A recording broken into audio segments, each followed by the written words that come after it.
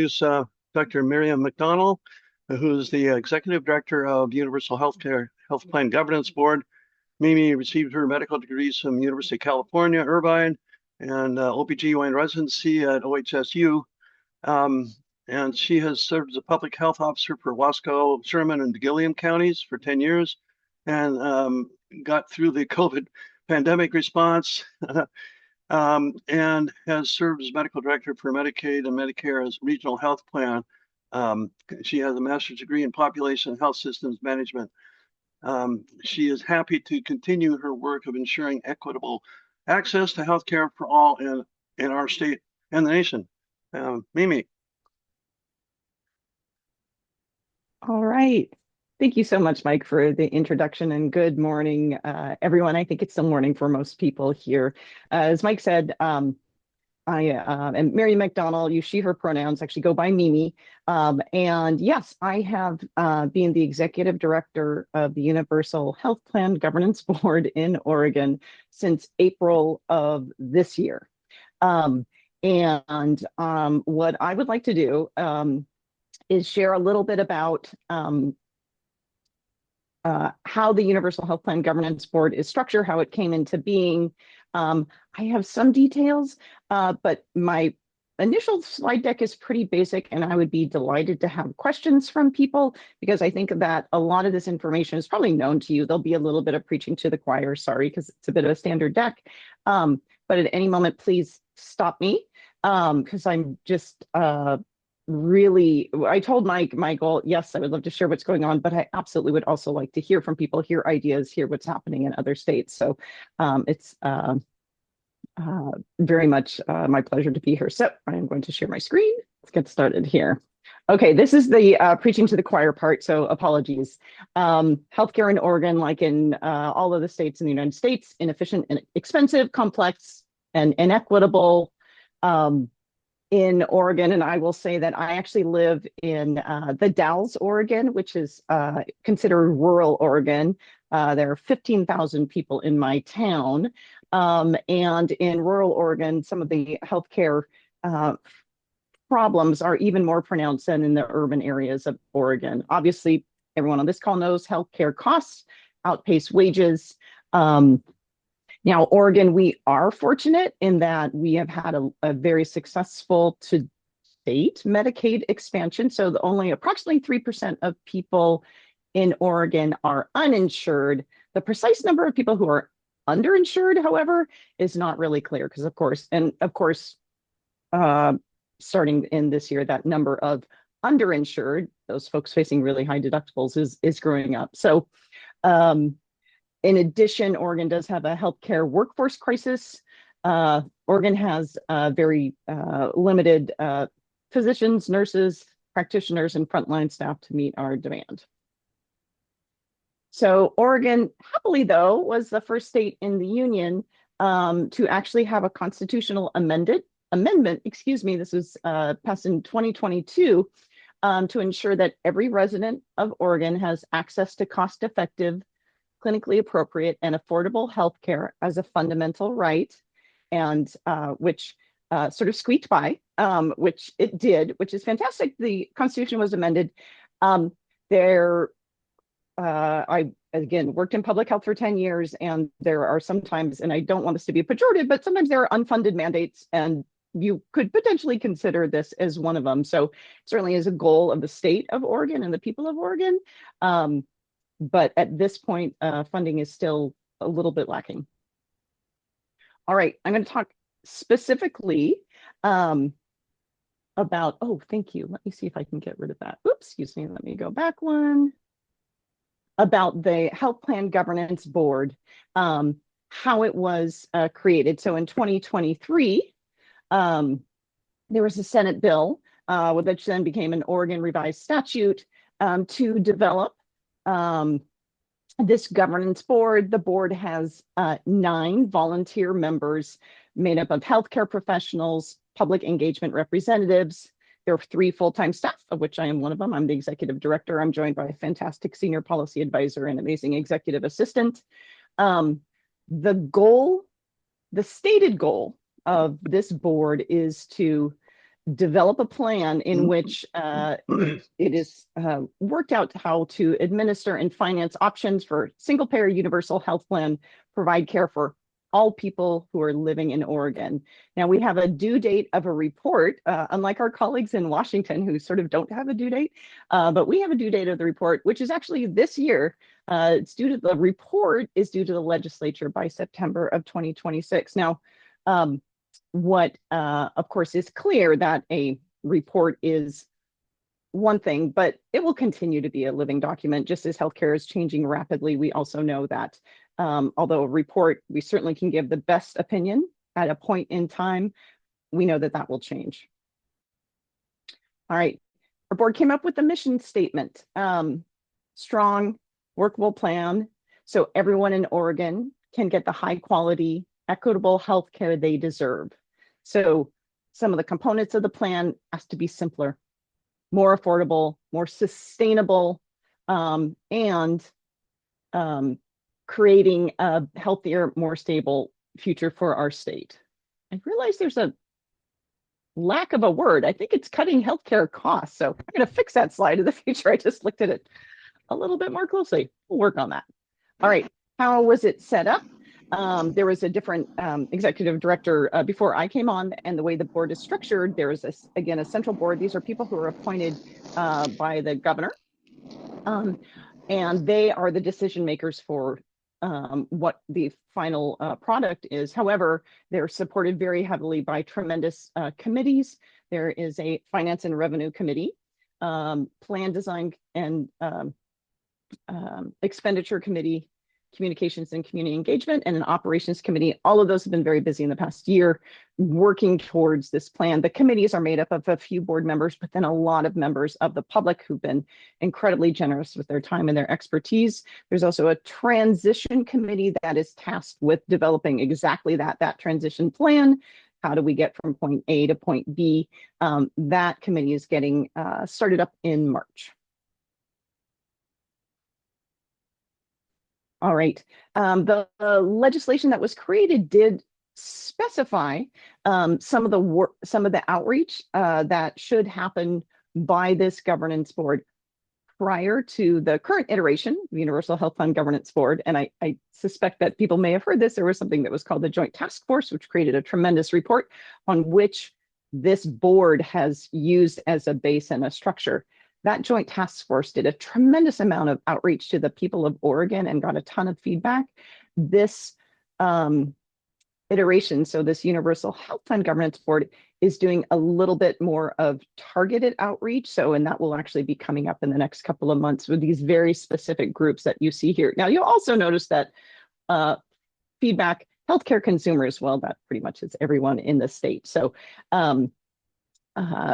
certainly are want to hear from everyone and also have some specific questions for these groups. And yes, I see a hand up, please. Malia, I think that's how you say your name. Sorry if I got it wrong. Sorry, it was a mistake. Oh, no problem. Thank you. All right, so I'm going to keep going.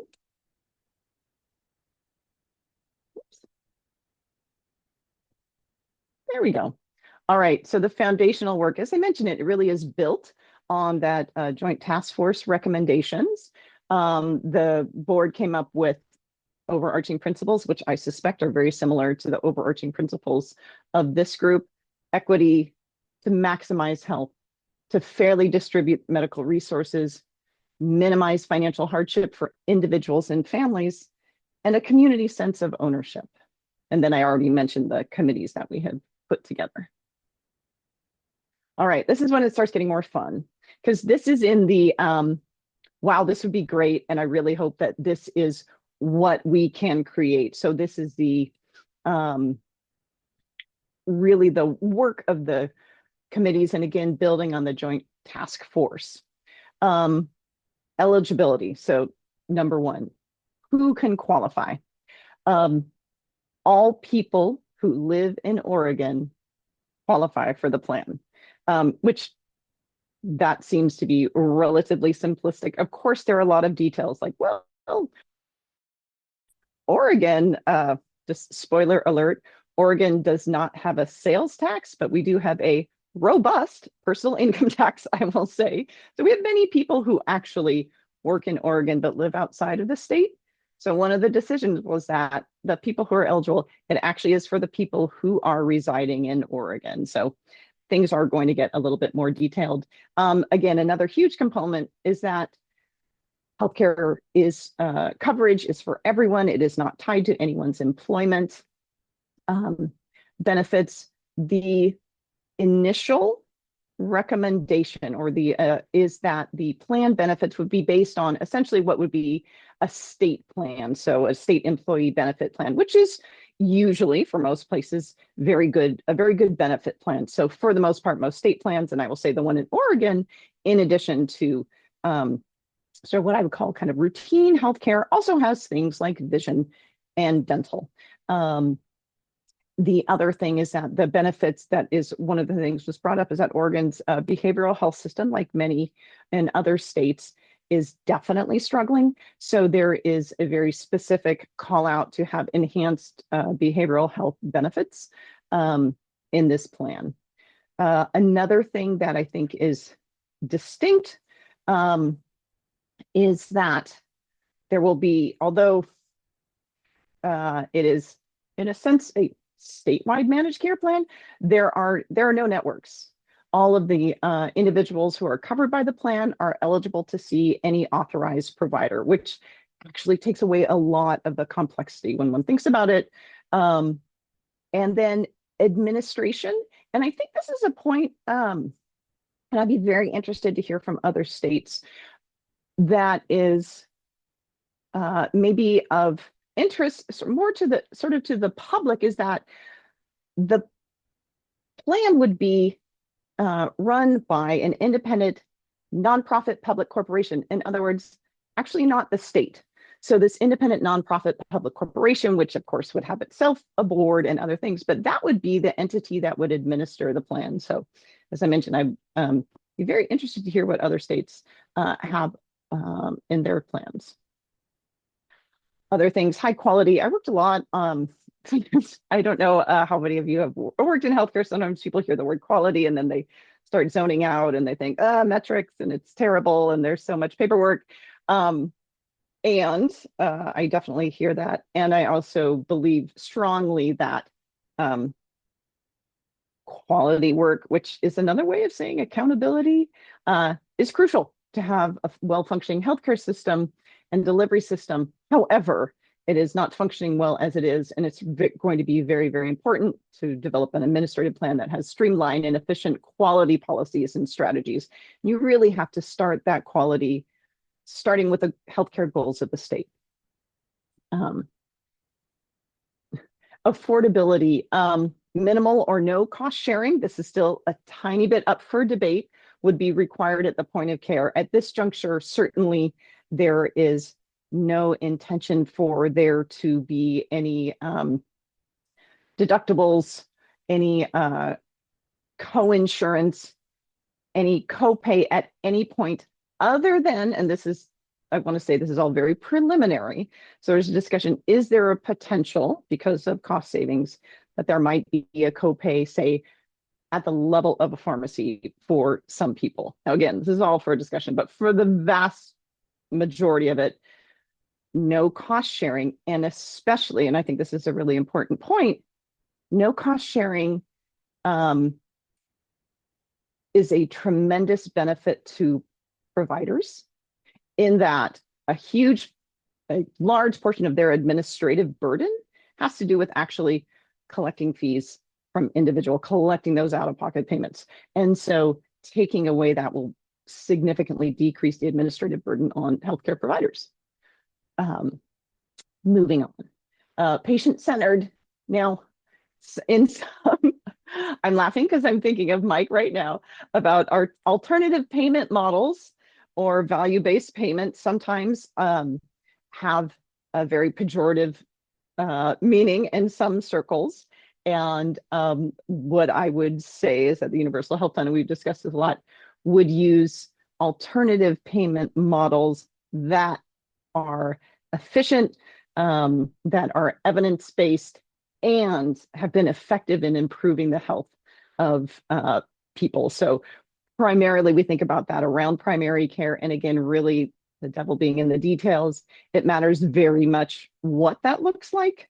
And so there's a little bit of a, I will say, baby in the bathwater. You don't want to throw it all out. There is, in consideration, some use of some alternative payment models, but that's definitely not seen as sort of a savior of the healthcare system, because as we know, many times alternative payment models end up just shifting the risk to the provider sector, which is not always where it ought to be.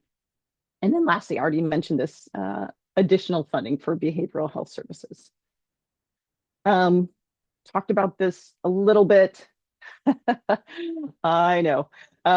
Many people are, I'm just chatting or looking in the chat, suspicious of alternative payment models. I definitely hear that. And there are plenty of examples of ones that are done poorly, but there are examples of ones that are done appropriately and have been successful. So, however, administrative simplification, prioritized funding of primary care in Oregon. We're very fortunate in that we have a very robust primary care system. Currently, there is a roughly, I want to say, I might get the numbers wrong, and my apologies. The percentage of dollars that go to primary care already in Oregon are fairly robust, somewhere in the order of like 11 to 13%, which is actually much higher than many states. And actually, one of the proposals in our primary care payment model would be to actually prioritize the funding of primary care, that healthcare dollars would be at the level of at least 15%.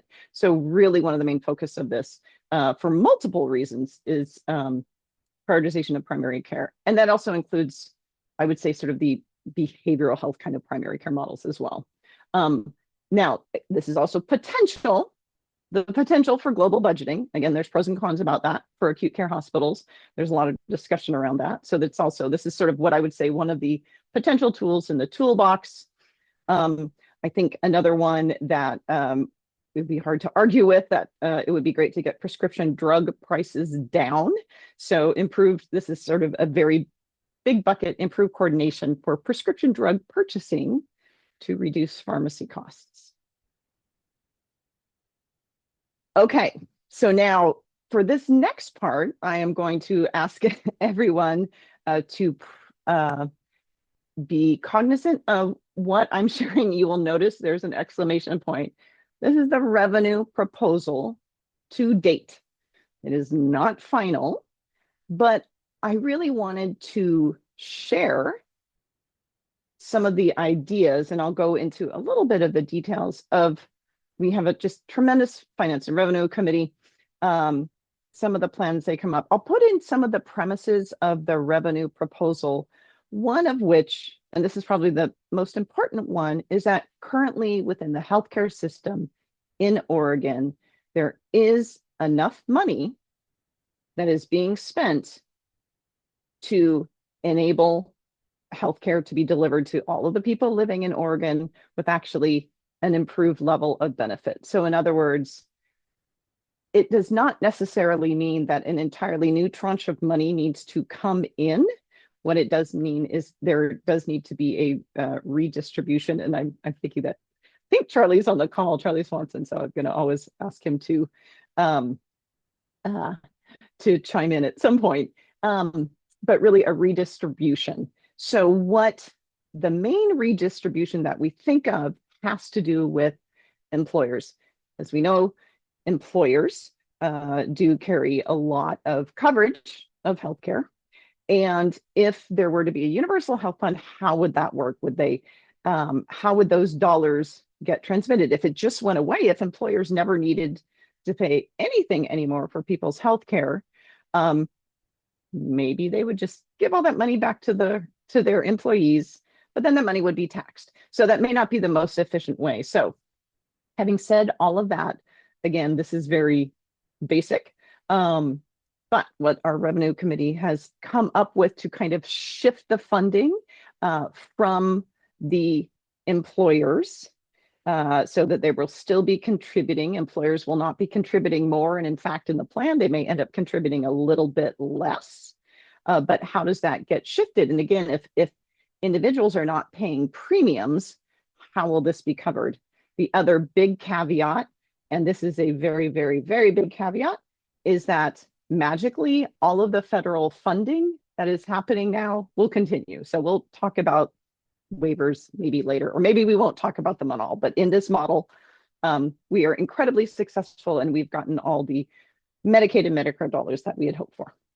All right, so step one, there would be a healthcare personal income tax. As I mentioned already, Oregon does have a robust state income tax. This would be on top of that. There would be a threshold of income below which the income tax would not be implemented at.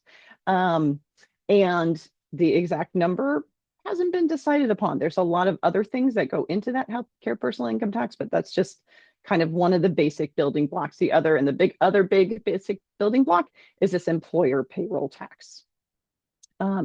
Those two make up the majority of the funding that is required to switch from the system as it is now to how it is in the future, how we're hoping in the future. In addition, there would be slight increases in a corporate income tax. Oregon also has a corporate activity tax. And then there would be a slight lodging tax, which would not be substantial, but would be enough to offset the incidence of, say, people coming into the state needing emergency care. How would that get covered? Over on the right, apologies for the acronym, EPT still stands for Employer Payroll Tax.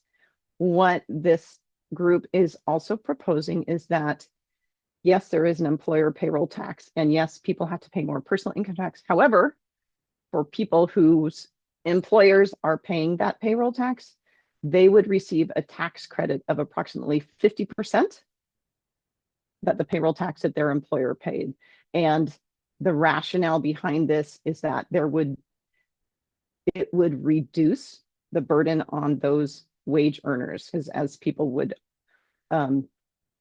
argue that an employer payroll tax really comes out of the employee's paycheck in the long run. And so this is a way to reduce the burden on people who are wage earners from employers. And also, however, it is not 100%. There is also some protection for oral. That it also will keep the overall healthcare personal income tax in a slightly lower range. And I'm going to stop there before I say anything that Charlie can disagree with, or actually maybe clarify. The other part of this, so there's a credit on that one, and then the Medicare Part B premium credit would be for anyone who pays a Medicare Part B premium. They would get 100% of a tax credit on that Part B premium. So again, it would not, so they would not be doubly taxed in that sense. All right. Mike also asked me to talk about challenges and opportunities. And again, this I think is for everyone. Healthcare costs are continuing to rise out of proportion to increases in income. Current system is inefficient and expensive. I think, and again, I'll be interested to hear from your group very much. Frequently, we will have people rightly say, having a single payer system, that is not enough. Like that will not put the train completely back on the track. And they're not wrong, right? That like healthcare costs will, even no matter who's paying for it, healthcare costs are still continuing to rise. And then my last point is that change is very hard. So to counteract that, which I think of as the opportunities, is as unfortunate as this time is right now, and especially because I would say in the House Bill 1 and the changes that are happening at the level of the exchange and the lack of affordability for people who are sort of in the middle, who are not eligible for Medicaid and having a very difficult time purchasing healthcare on the exchange, there is a big spotlight on healthcare costs and affordability, which is gathering attention of decision makers. I would also say that one of the opportunities is that having this unified payment system as you know, population health, again, if we can focus, the focus being on primary care, preventive care, which in and of itself can actually help reduce costs, and also by having large administrative savings. However, unfortunately, change is still hard, which again, that is no surprise. What's next? I have 2025, that's already in the past, but we did submit our annual report to the Oregon legislature. What's happening in 2026 for our board? We have monthly board meetings. All of the current committees are continuing to meet through March. Then there will be a transition. Our community engagement committee will continue to meet, and then our transition committee is going to get fired up. One of our consultants, Diana Bianco from Artemis Consulting, is currently working on these public engagement meetings. So these, again, are going to be very targeted, very small, probably somewhere between 12 to 15 people in it, with really specific questions to each of those groups. And as you may recall from a slide in the way back, the groups were like large businesses, small businesses, health plans, care providers, and of course, healthcare consumers and others, to get feedback from those groups before the plan is finalized, because I think it's really going to be important. Next, we'll deliver to the legislature by September 15th this feasible multi-year transition plan, which is practical, legal, and financially sound. And then moving on, our funding goes through June 30th of 2027. So we'll continue the work even, of course, after that report has been delivered, work with state partners. The hope is that there will be some legislation passed. This year is a short session for Oregon. Next year is a long session. So there'll be some legislation passed in 2027 to further the goals of equitable, affordable, and accessible health care. And this is how to learn more and get involved. And I sent Mike a PDF of all these slides, so he has all this information. And then I'll just take some questions if you have any.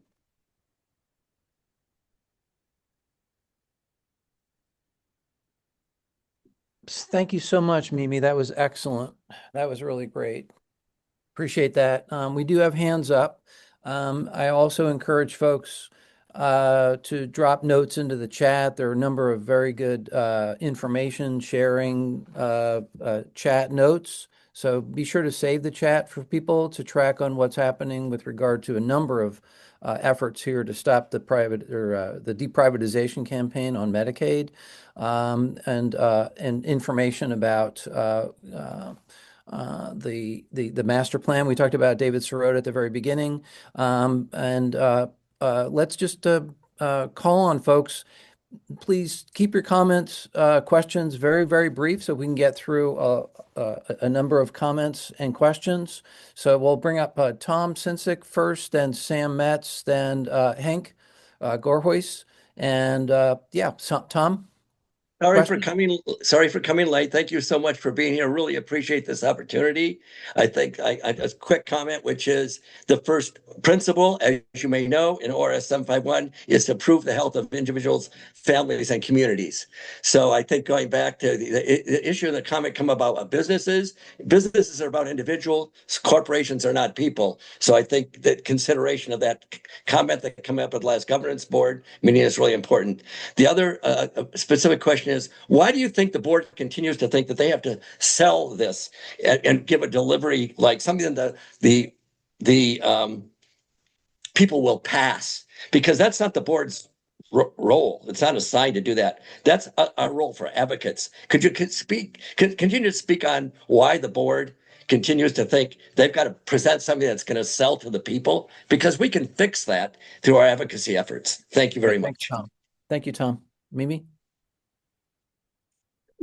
Thanks, Tom. Tom is we're fortunate to have him join at many of the meetings and very knowledgeable about the work of the Universal Health Plan Governance Board. And I would say that the board does consider it part of the mandate to deliver a plan that is feasible. And I think that is a broad term. But I think that in a very general, and I don't want to be misquoted here because now this is just me speaking in my opinion as the executive director, the board would like to provide a plan that could be enacted. They do not want to provide a plan that will not have any action taken. And so I think that is where perhaps the idea is that the board has part of their responsibility is to create, like I said, a feasible legal plan that would be able to enact the goals of the board. You can be sure that we will act on whatever you present. So thank you very much. Thanks, Tom. Thanks, Mimi. Sam Metz. Hey, Sam. Uh, Question? Mimi, thank you very much for the thankless task of running herd on some of the most contentious single-payer advocates in Oregon. I'm a member of the Crabby Caucus of the single-payer advocates, probably known as quacks. You are correct that the original bill does have flaws. It doesn't mention single payer as a charge, only as one of its recommended values. And while it does mention affordability, the bill does not say reduce general health care costs. And it does build on the SB 770 report that you mentioned. There are several battle-scarred veterans of the SB 770 report on this call. My question is, what has the Universal Health Plan Governance Board achieved that goes beyond the SB 770 report? Sorry, and one more comment. The SB 770 report did mention single payer. It did come up with an estimate of cost. It did have focus groups. It did say based on the Public Employees Benefit Plan. It did say minimal cost sharing, what to do with people who work here but live someplace else. What is the value added so far of the governance board? Thank you for that question. There's being several things to unpack there, self-admitted. Mimi. Yeah, we may go back to Sam to clarify. I will start, I think, with the sort of the last part first, which is what is the board? What is different than what was already proposed? How is anything different from where they are at? And I think that's a very reasonable and rational question. I will provide a little bit of a caveat. As I mentioned, I've been the executive director since April. There was, I would say, kind of a pause in the functioning of the governance board. They had a 100% staff turnover within a couple of months. When I was brought on, the executive director had already been gone, and actually the acting executive director was not even there. So there was, I'm just going to say there was a bit of a pause. However, having said that, what I would say has been happening and has happened, I would say the work of the Finance and Revenue Committee to come up with a very specific revenue plan. They've been very thoughtful. We have helped with an excellent consulting group, Echo Northwest, which has done a tremendous amount of work in developing. It's been very thoughtful. So I would say that, and again, I presented just the most basic portions of that. So I'd say that, and actually at our last governance board meeting, significant portions of that plan have been agreed upon at this point by the board. So I would say that is one thing. The other portion is there has been, this is through another consultant group, but an update of the estimates of cost of a universal health plan as it is currently sort of envisioned with those state public employee benefit board benefits using Oregon specific data. So using the all payer, all claims data from the Oregon database, which is more robust. And I think we're still in the midst of getting down to all of the details of this, but I would say that is a significant contribution. I think that there is this reckoning that needs to happen with the evaluation from the very robust report that came through the Joint Task Force, leading to where what the cost estimates are going to be right now. So I would say those are two of the major things. Some of the other things that we've worked really hard on are some of the provider payment models that we're using and have really been robustly looked at. I would say also the quality strategy has been developed. So I would say the framework is, the chassis is very much the same, but there had been a lot of things that have been added and will continue to be added moving along. And I think the biggest work that is going to happen with the board is going to happen over the next couple of months between, one, the feedback that we get from these very targeted engagement meetings, and two, that reckoning of what it would look to an individual living and paying taxes in Oregon with a using the current revenue plan, what it would look like to them with the current benefit plan and eligibility projections. And is that the only option that is going to be available? Are there other options that can be presented to the legislature? So there's still a lot of work to be done. I would say for those who've been following along, we've definitely been picking up speed.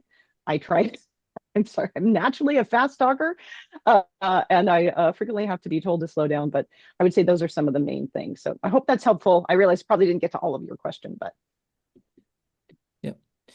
It would help if you're coming in with multiple questions to actually try to lay them out in the chat, so we can track it a little bit better, both the audience as well as Mimi, because yeah. In any case, it helps. That's why I recommended in the chat that state your question in the chat and then come up and ask it. It just reinforces and makes it a little clearer for purposes of Mimi and the audience tracking here. Thanks so much, Sam. Hank from Maine. Hank? Thank you. Excellent presentation. The vision casting for the slide set was just great. Again, I hope to get the PDF copy because I'd like to share it with some folks, some legislators in Maine, because we're trying to set up something similar. So it's wonderful. And I like the creativity and the funding mechanisms you listed. That's very important. So way to go, the listing them all.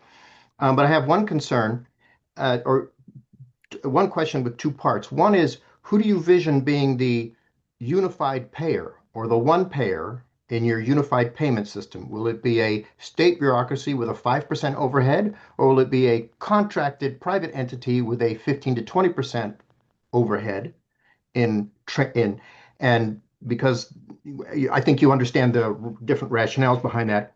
And you also mentioned alternative payment systems. The rest of the world uses negotiated and regulated fee-for-service schedules for individual providers. It's the most cost-effective way that they've seen to do it. So the more alternative you make it, or the more managed you make the payment system, the more complex it'll be and the more expensive it'll be. So who's going to be the third-party administrator of the payment system, and how complicated are you going to make? At least in the get-go, I'd recommend a regulated fee-for-service system, and then you can tack the quality measures on over the years as real good quality measures, clinical quality measures are identified. So 2 parts. Thank you. Okay, so 2-parter. So the first part, who is going to be the administrator?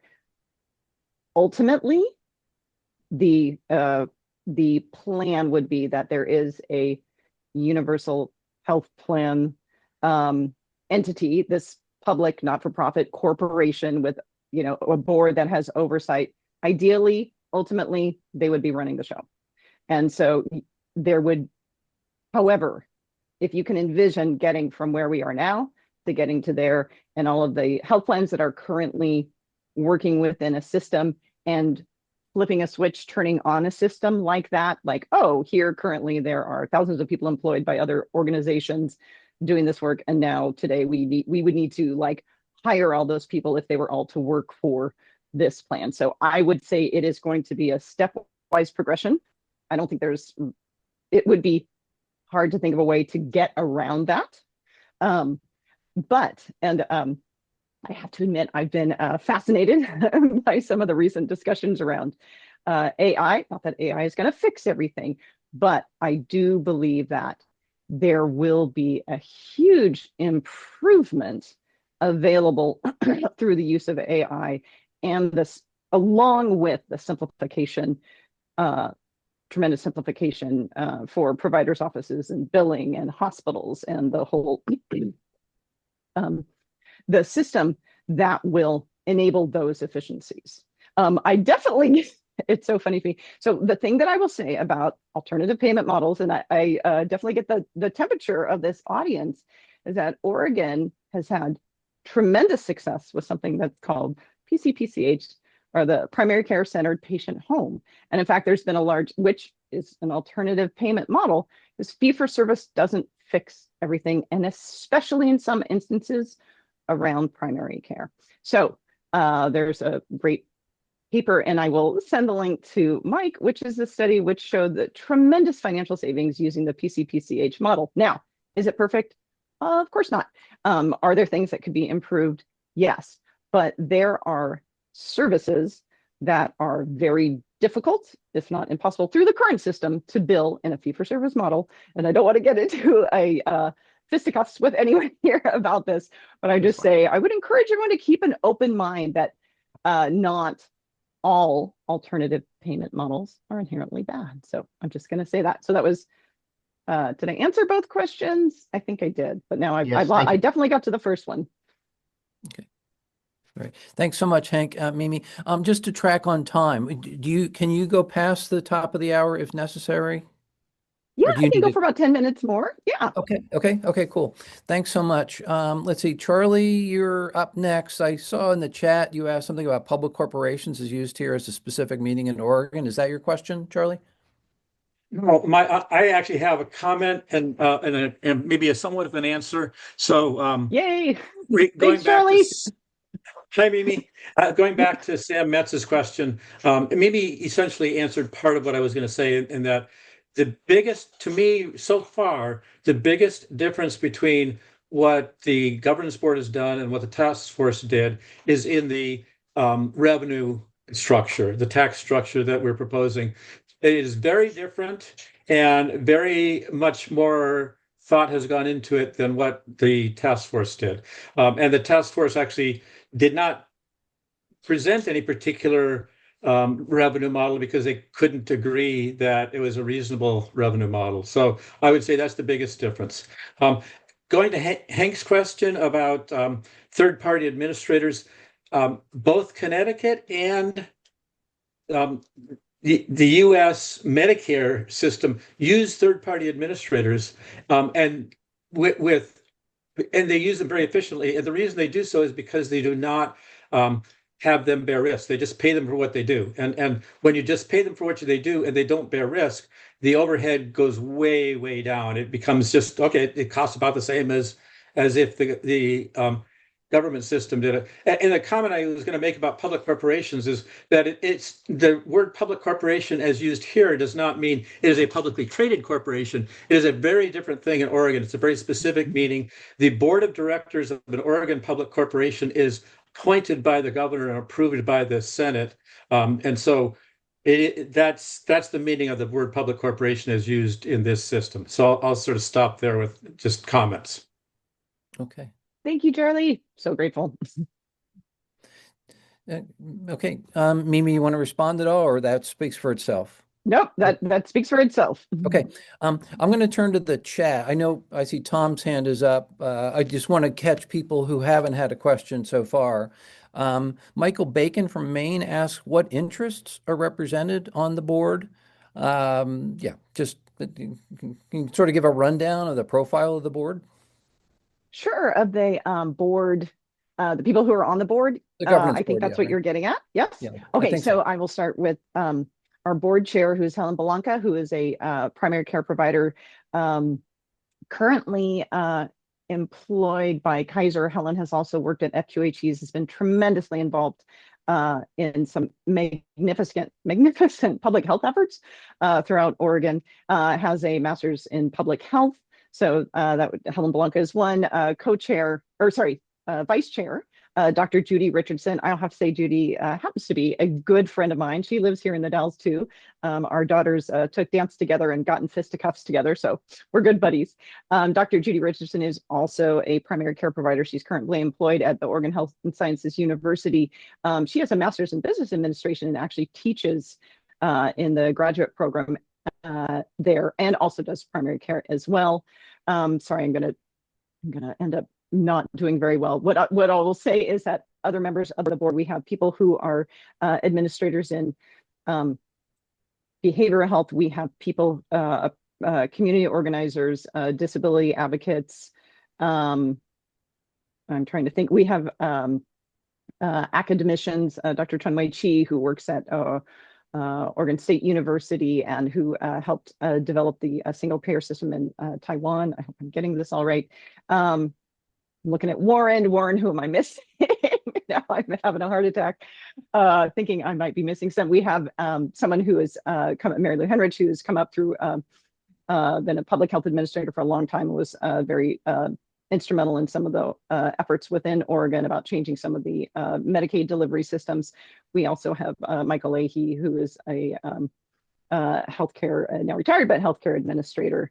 As I'm thinking as I'm going around the table, and I think I kind of commented on everyone. So I hope that was and Dr. Bruce Goldberg, who is currently on hiatus because he's been asked by the governor of Oregon to help with the working on what the kind of the crisis in the Medicaid system that's happening in Oregon right now. But Dr. Goldberg also is very instrumental in developing some of the healthcare delivery systems in Oregon for Medicaid. So sorry, so fast, but Thank you, Mimi. That's tough to do that on the fly, but you did a great job.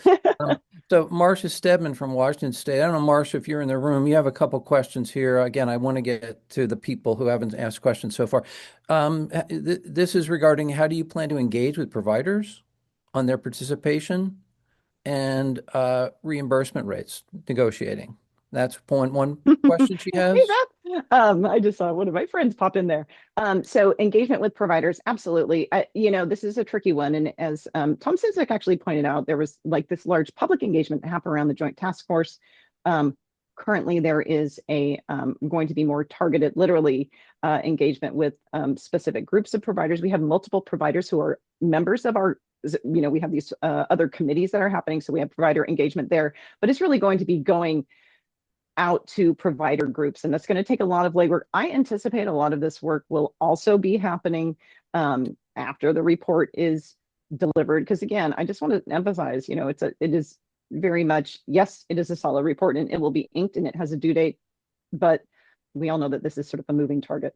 So that's for the provider engagement. Now, when it comes to payment rates, which of course is a huge topic. And actually, Dr. Chun-Wei Chi was mentioning the potential. So as I'm sure that people are familiar with, sort of the very Byzantine complex payment system that we have in the United States right now, and based on RVUs and how that is all developed. But one of the potentials would be to have essentially within this public corporation, having a payment committee made up of experts within the field who can, and just, I would envision this to be, and I apologize if I'm misquoting, similar to how things work in Maryland for making decisions around payments for hospitals, something like that, and to equitably compensate people for their expertise, their time, their overhead, to ensure that we still have the important services that are required. We would not want to lose all of the subspecialists who could move out of Oregon. Oregon's not a very big state. It is a big state geographically, not a very big state population-wise. There's roughly 4 million people, and it would be, it is going to be important. There's no easy answer, I will say that. So, but there definitely will be negotiations around that. So a long-winded answer, sorry. Okay, and just trying to run through a few more of these questions.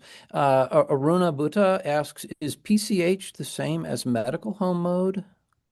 I don't know if that's clear. I think they are Yeah, I think that sort of variations on a theme. I'm smiling because I can see in my camera Dr. Beth Foster, who is someone that I've worked with, who's a tremendous primary care clinician in Oregon, now retired happily, I believe. But I would say that there's a very specific model in Oregon. And if people are interested in it, you can certainly look it up. There's a patient-centered primary care home. Oh, maybe Beth, if you drop that in the chat, I would love it.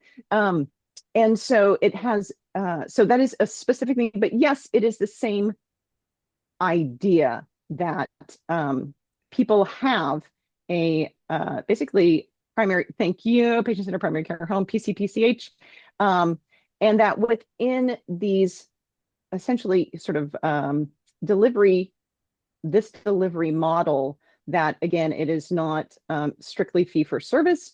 There is the additional payments that are awarded to enable people to, for example, have community health workers as part of their clinical workforce.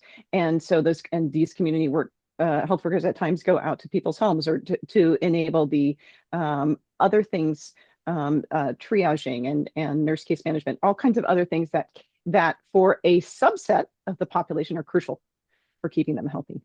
And so that is, again, a long-winded answer. I think they're similar to that medical home model, but there's, like I said, Oregon, it has a very specific meaning. Okay. We're at the 10 minutes that you said you had to spare at this point. Are you okay to take a couple more questions, Mimi? I can go till 10 after, sure. Okay, you're awesome. Thank you so much. I think I got all the questions in the chat. If I didn't, people need to put their hands up. We're going to go to Catherine, who's not asked a question, and then we'll come back for a second question from Tom Sensick. So Catherine, your question, and then Tom, that might be a wrap right there. Catherine? I guess my question is more an answer to Mimi's question. She wanted to know about the public board, is that right? I'm saying it wrong.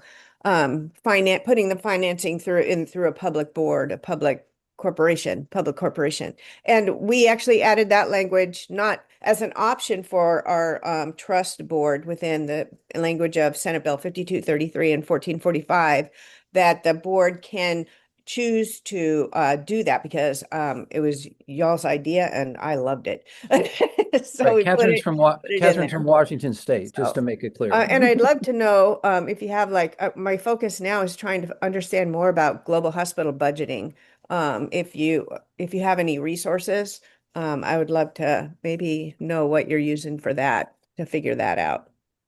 Yeah, absolutely. We do have, we've had a couple proposals that we talked about possible global budget. So I'll send some of the links I'll send kind of some of the links to Mike, and he can distribute them.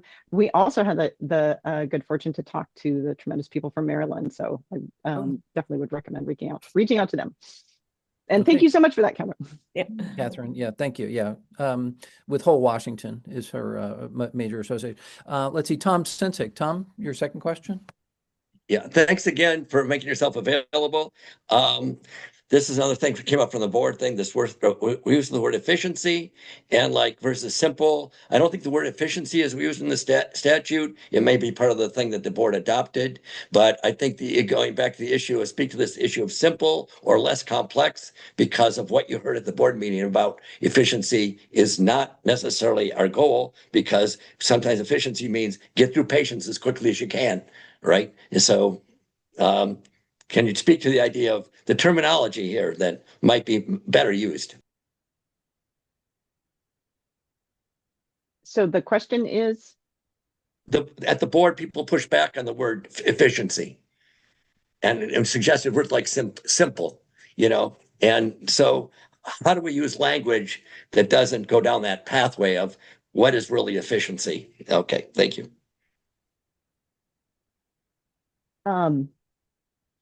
So yes, I think that sort of your main point being that to be very conscientious with language and to be very specific. What Tom Sensick was referring to was some of the information and some of the guidelines around the very specific work of our Finance and Revenue Committee, and it definitely was pointed out to be very specific exactly the meaning of efficiency. So I definitely take that to heart, Tom, that it is important. I think it's, I think it's reasonable to use words as long as you're very specific about what their meaning is. And I think that's kind of at the heart of your point. And we do use the word simple, but I also think that there are times when the word efficiency is appropriate as long as it's adequately defined. Okay. Yep. Language matters. Yeah. Thank you so much, Mimi and Tom, for your question. If you want to just, I think we've gotten all the questions in. You've done an amazing job. If you want to just kind of give people a sense of what's the timeline at this point, for completing your work and implementing this legislation. So that's such a great question. So as I mentioned, in the state of Oregon, we actually have, I have a deadline for the report, and that is September 5th. So that's the report. I will say that the anticipation is that there is a potential in the long session that the legislature may bring up some of the recommendations from the report. Then there is also the potential, and I think probably the thought that this is more likely to happen, that some of it would get passed to a ballot measure in 2028. Now, what what we have discussed is, with all of the moving parts, with the federal government currently not being willing to negotiate about waivers at all, the potential to have a system that is working, in 2 years is unrealistic. And so the plan is, although to start working on the plan, but we're using a actually very ambitious sort of rollout date of 2032. But that doesn't mean there wouldn't be work going along the way, very concrete work happening along the way. But that is sort of the current working model. I don't know if that's helpful, but I think that's what you meant. Yeah, thank you so much. I want to respect your time here. People have thrown up their hands since we kind of pointed to the end of the session. Why don't we simply invite you to come back maybe in another month or so, if that's possible? And yeah, because again, I want to respect your time. Mike knows where to find me. Yeah. Okay. So any closing comments, Mimi? No, other than I'm so incredibly grateful to have this opportunity to share some of the work of the Universal Health Plan Governance Board, and exceptionally grateful for all the work that you all are doing. I cannot wait to become more informed about the work that this group is doing. And I think definitely we'll be pulling more information about that unification again. And I appreciate your comments, Chuck, at the top of the hour about, like, different states are going to have different ideas. It doesn't mean they're wrong. And that all of this, that this kind of alignment doesn't mean that things are identical. And so I think working forward towards that is really important. So I appreciate you all very much. Absolutely. Very exciting. Very exciting. Great opportunities. Like I said, despite the crisis environment, out of crisis comes opportunity, right? We have to stay focused. So keep up the good work, and all the best to the board members. All eyes on Oregon as well as other places. But yeah, Oregon's in the spotlight. So thank you so much, Mimi, for being with us All today. right. Thank you again. Take care. Bye-bye. All right. I just wanted to throw out there, I dropped into chat about the Medicaid deprivatization efforts that some of our states are doing. To please, if your state is working on any sort of Medicaid deprivatization per the PNHP national report, a la the model that Connecticut has done already 10 years ago, please contact me. I'm looking for various model bills. We're pre-bill writing stage here in New York. And I will put the note in again. And I was going to mention to our Oregon colleague who just left us that we're working on financing mechanism at a more detailed and revised level here for the New York Health Act with Peter Arno and the Perry folks at University of Massachusetts. Terrific. Although Thanks for the update. Thanks for perennially not out.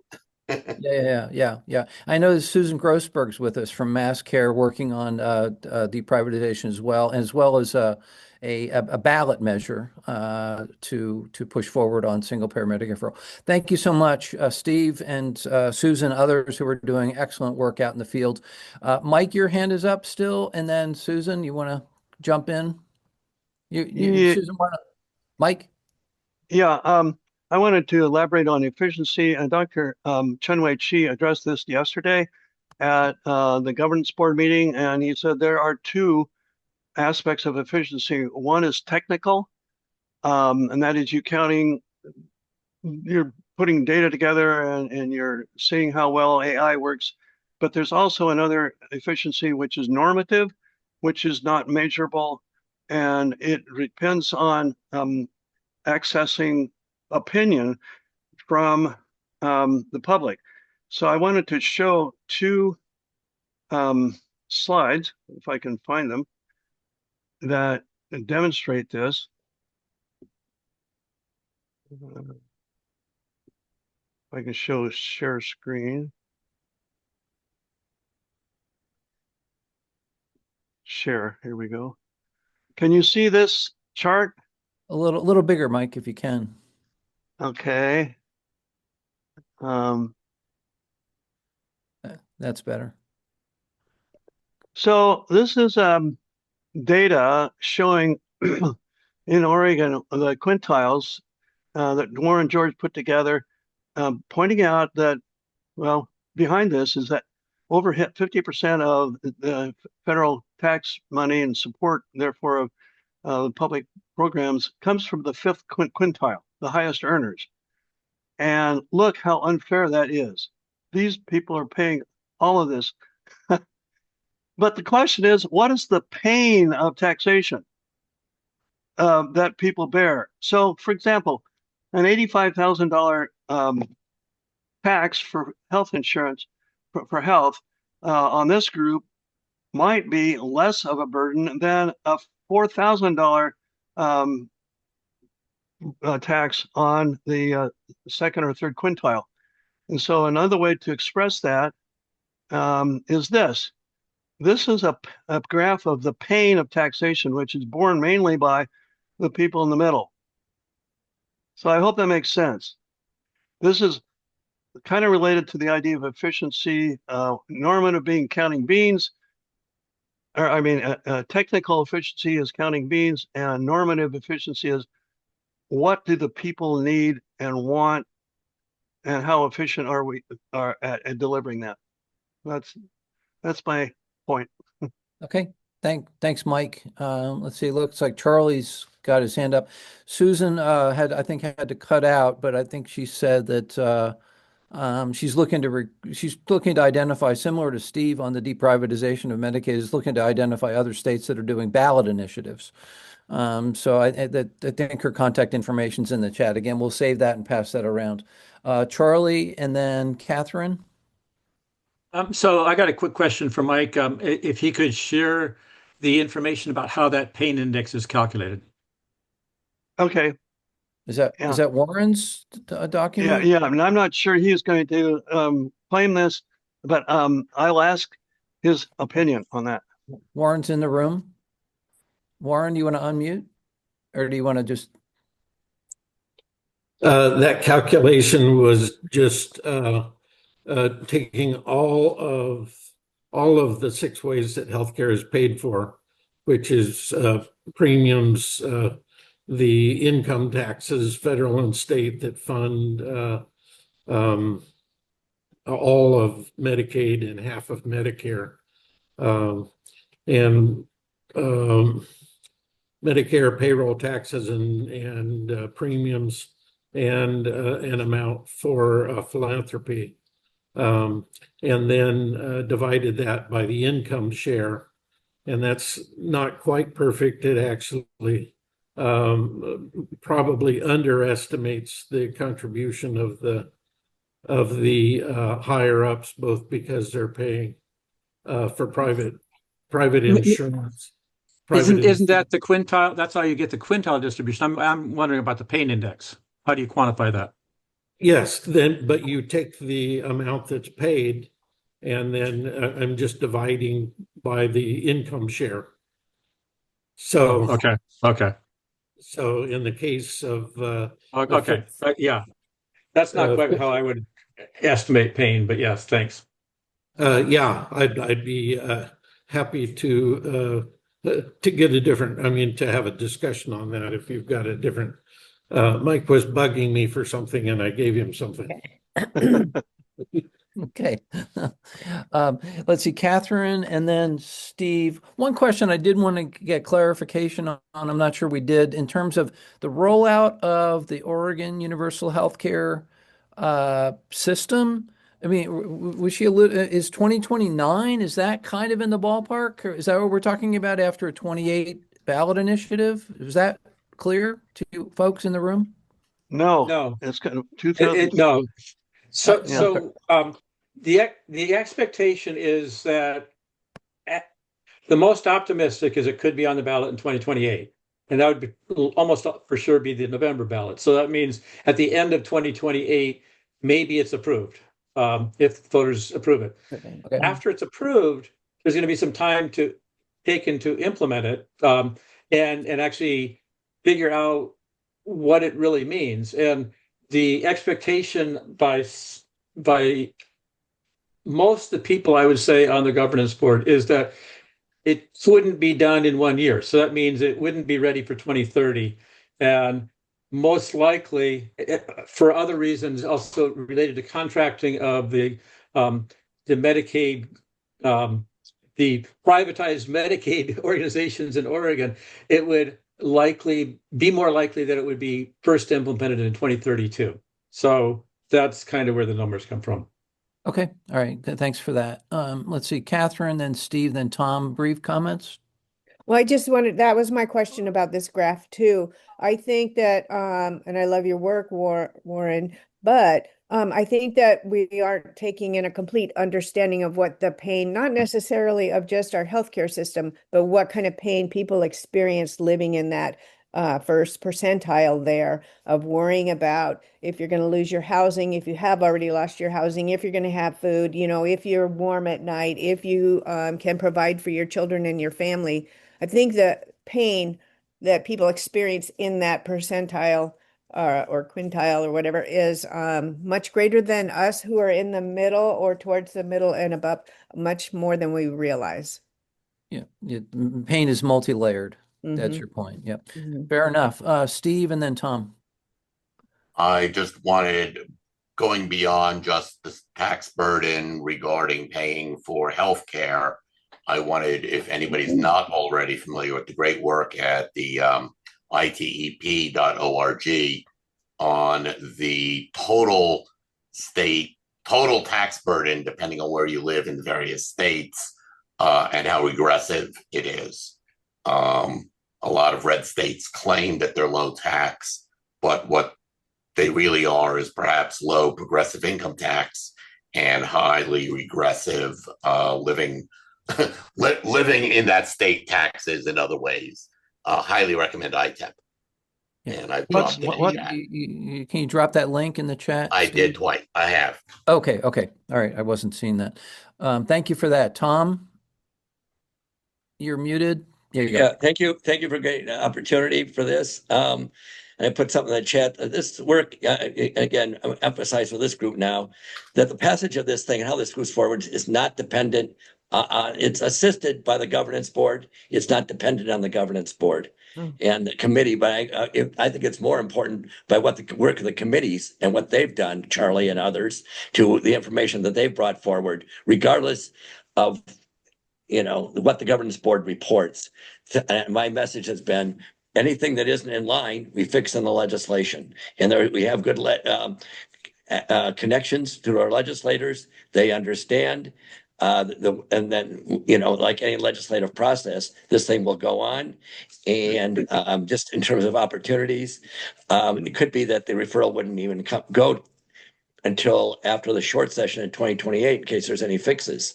But that would give from March to November to, work on the ballot itself.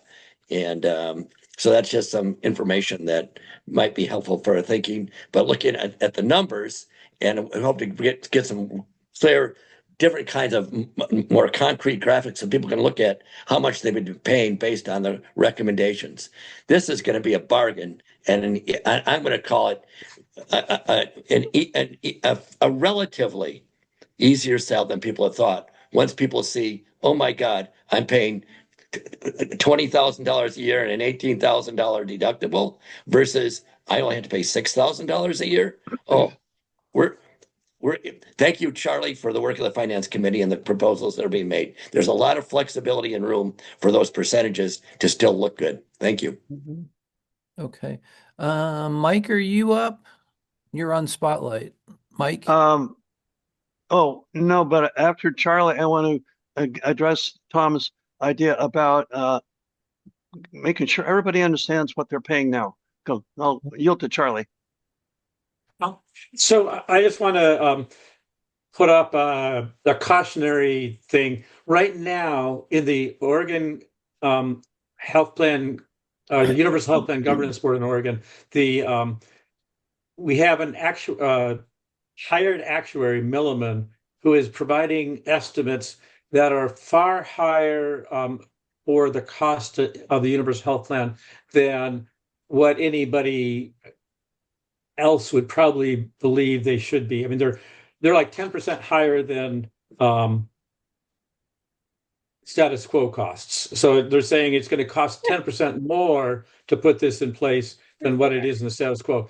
Now, it's not clear what's going to happen with that and what if the board is going to be able to push back successfully on Milliman, or Milliman is going to be able to appropriately revise their numbers. But I think that's going to be to me, that's a huge worry. Is the legislature going to believe what Milliman says or what other things say? So right now, I would say that is the biggest problem facing the Oregon's Health Plan Governance Board. Just to put out there that there's in my mind, a big issue at this point.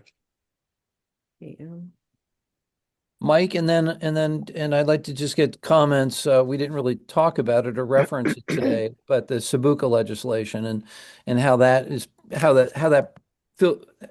figures into your current thinking about the rollout of this legislation. How critical is that in your minds? Mike, and then Barbara. Yeah, first, regarding the Milliman report, as I recall, Charlie did not include the savings that would occur in the providers' offices. Is that correct? Exactly. That's my understanding. Although they did start with what Optimus said, and Optimus did include it to some extent. So that's really unclear at this point. Okay. So the other point I want to make before Barbara is that that Dr. Chun-Wei Chi made yesterday is that the Oregonians need to understand fully how much they're paying now before they would even listen to the idea of a universal health plan. And I'm proposing that that the board create a questionnaire that would be the obvious kind of thing that what are you spending now, looking at everything, the Medicare premiums, out of pocket, deductibles. And when I talk with people and ask, does your employer give you insurance? They say, yes. And I say, how much is your deductible? And they never know. And so they really don't understand what they're paying either directly or what their employer is paying, which is actually them paying. And so I'm proposing that we look over a questionnaire like this and ask the board to get it around to people, just like, I don't know, preview of coming attractions, because most people don't even know the governance board exists. So we need to get this word out. Right. And there are a lot of hidden taxes too, right? Property taxes and automobile and workers' comp. So yeah, we'll get all that stuff out there. Barbara, your hand is up. You're muted. Yep. So yeah, I wanted to get a copy of what Mike just showed. I used to do something like that in our farmers market, and people never even remembered, oh yeah, my government is paying twice, 4 times as much as I am. But anyway, I was wondering about the Milliman estimate, what Warren thinks about that. he's pretty pessimistic about how much things cost. Um, well, as to the Milliman estimate, one of the things I question is that, and on the task force, Optimus gave us pretty high savings, like 12 to 16%, just based on provider efficiency. I threw that word in for you, Tom. Uh, uh, and then about another 3% based on elimination of insurance margin. And but they said at first that 12 to 16% was based entirely on it has to be a full single payer system. They said, don't use our numbers for any other purpose other than a full single payer system. Well, in the end, the task force didn't design a full single payer system. We left out things like workers' comp, medical portion of home and auto liability, some retiree medical that might be hard to capture. But the problem is, it's in my view, and this is borne out by Colorado School of Public Health, that the savings really doesn't kick in until you have eliminated all billing capability at the provider offices. That's kind of the magic point where the savings kick in. And there's ways to capture all of those things. I mean, as far as home and auto insurance, you can put a state tax on the amount of premiums that they gather that helps fund the medical system. So one of my things, and I haven't seen the numbers, but I differ with Milliman on at least one respect. They're estimating that they call it tsunami of higher utilization is going to add 10% to cost. And previous studies, I think including RAND, look at more like 4% over 3%, because the logic is the system is already running at near capacity. And just because you add demand, you're not going to add cost because you don't have anyone else. I mean, yes, you're not going to be able to handle that so quickly. But I think Milliman, and I'm really trying to look at a difference in moving from an insurance model, completely out of the insurance model, and into a public service model or public utility model is the way that you really gain the savings. And it might be that that's what Milliman is trying to show, but Milliman is frustrating, and I'm sure Charlie will agree that it's hard to follow their work. They give you some kind of total, and then when you ask them questions about it, they say, yeah, I can't remember how we did that, or something like that. So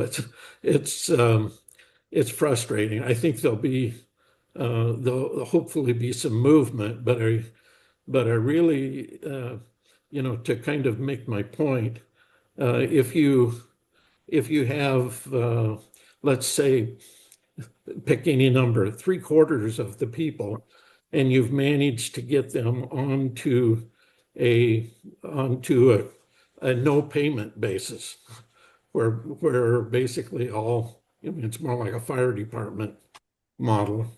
But you've still got 1/4 of the patients who need full traditional billing. Well, the problem to a hospital is they, as long as there's a significant number, they have to treat every patient as if it requires the full documentation, because they can't necessarily guarantee that they can tell in advance whether that would have to be billed. I hope that it addresses some of what you were asking about, Barbara. Well, you're agreeing that you think that that figure needs revision. So I think it we don't have to might completely be, worry about it. So that's what I was I asking. would say, I think it might be the plan that needs some clarification. Mhm. They made the estimate on what they were told. And if the plan design committee, I don't know what the plan design committee told them, but if the plan design committee told them base it on a pure insurance model, maybe that's what they did, Yeah. but that we need to be moving away from, my view Absolutely. would Thank be. you very much. I also wanted to say what if, I appreciate your pain index. It brought to mind my other favorite thing of yours, your calamity curves, which I keep telling people about. Yeah. Thank you, Wilbur. So real quick, Okay, well, thank you. Milliman, I've got to take my husband to the doctor, so Yeah, I'll yeah. yeah, say speaking of anyway, thank you medical, very much. Milliman is, help us out. This is inside baseball for me. Milliman, is this an economist or a think tank, or what is the Milliman? They're basically an actuarial firm that's consulting for the state of Oregon. Are they based in Oregon? Are they in No. Oregon? No, They've got offices around. I think they're pretty much spread out over the country, but yeah. I mean, they're a well-known actuarial firm, and from what I hear from some of the um, former medical directors within the board and committees that talk about actuaries, actuaries always provide a much higher number than it actually is reasonable, and so there's always a fight with actuaries to bring that number down. Now the question is the board going to do that fight? I guess. Okay, that helps with clarification. Tom, and then let's put a wrap on this. So I have to jump as well, but Right, Mike, thank you. Mike, if you want to I'll make you host. Go ahead, Tom. Thanks again, but just people think about this capacity. It keeps coming up about the capacity. We are going to have instant provider capacity once this goes, and providers no longer have to deal with all the things they're dealing with now. And this is from my own experience, 1/3 time. So think about an increase of 25 to 33%, a capacity to see patients, either spending more time with patients to improve outcomes or see more patients in the same given time. So the idea that we have a shortfall now because the system creates the shortfall because they take up so much provider time in the work. And and we won't have providers quitting because they hate the system. So let's get over this. I'm going to suggest everybody get over the idea there's not going to be a capacity to see the patients and get people, and the way that people can take care of people will not be dictated by the insurance companies, right? So, and all these billing systems. So thank you.